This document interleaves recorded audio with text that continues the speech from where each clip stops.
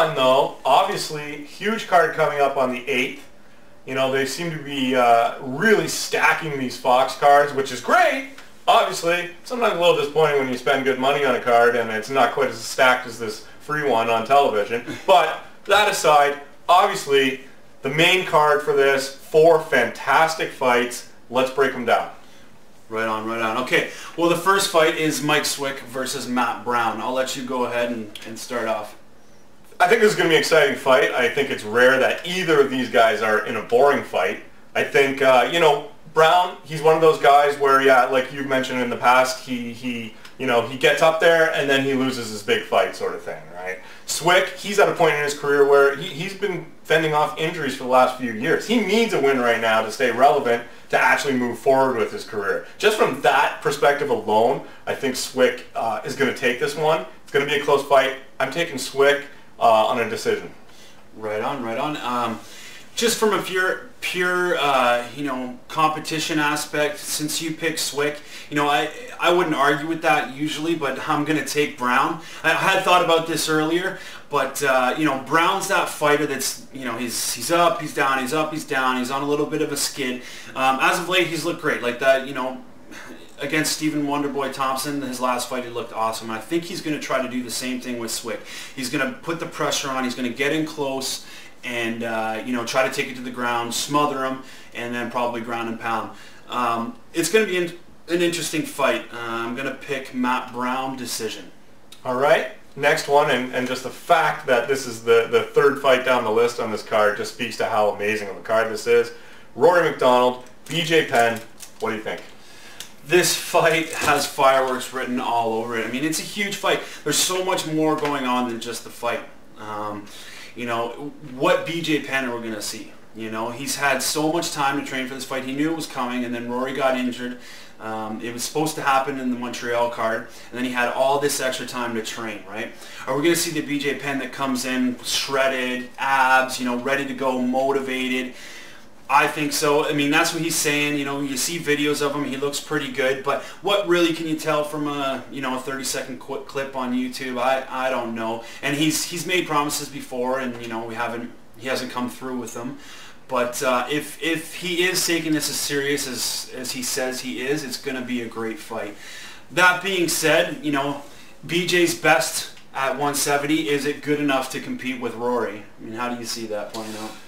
I say Rory takes this one, and my honest thought is he's going to take it pretty easily. You know, I know BJ, there's definitely 2 different guys that could show up for this one. I look at the damage he's taken in his last few fights, more than you've seen him take throughout his entire career. I think he's in the twilight of his career, where I think a guy like Rory, you know, he's right now in the middle of a meteoric rise through the welterweight division. I think he's going to be tough to stop for anybody.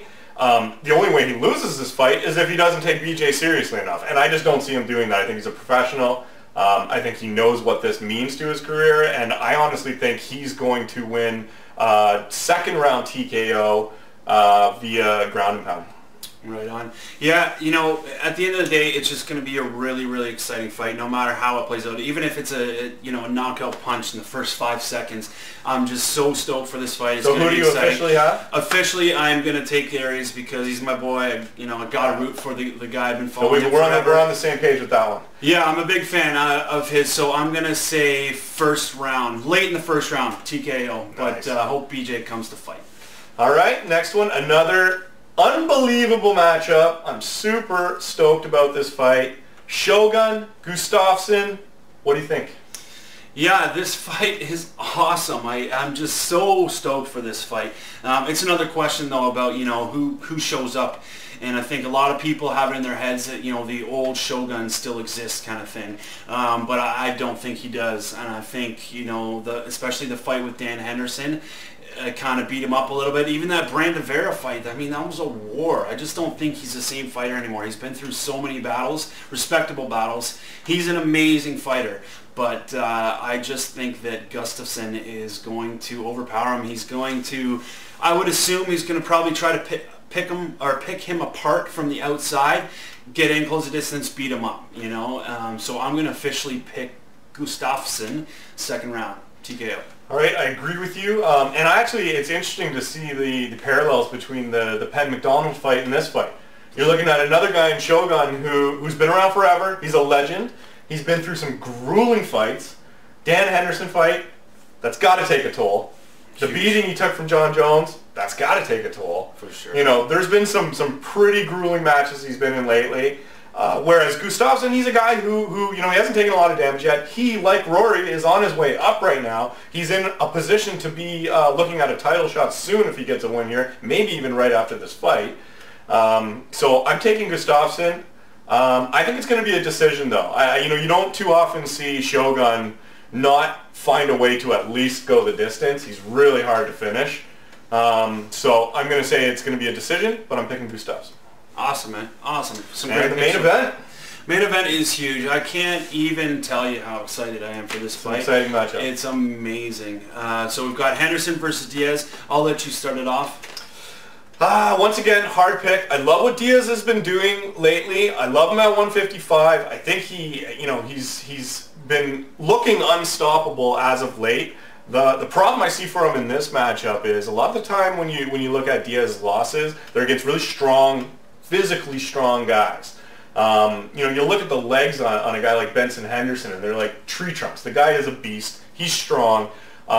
Diaz is susceptible to the takedown, and while he is able to do a lot of damage from his back, he can even finish guys from his back. I think a guy like Henderson will be able to kind of hold him down and do enough to win. I might actually even go as far as to say this might not be as exciting of a fight as people are hoping for that reason, but I do see Benson Henderson squeaking out a decision.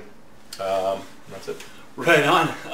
Yeah, you see, for me, I see it completely different. Obviously, I'm biased. I'm a huge Nate Diaz fan, massive. But I look at it like this, right? The last couple fights that Henderson's had with Edgar, I thought he lost them. I pointed it for Edgar. I thought he won those fights, and he was a smaller man. Henderson is a great fighter, don't get me wrong. He's good in everything. He's not great in anything specifically.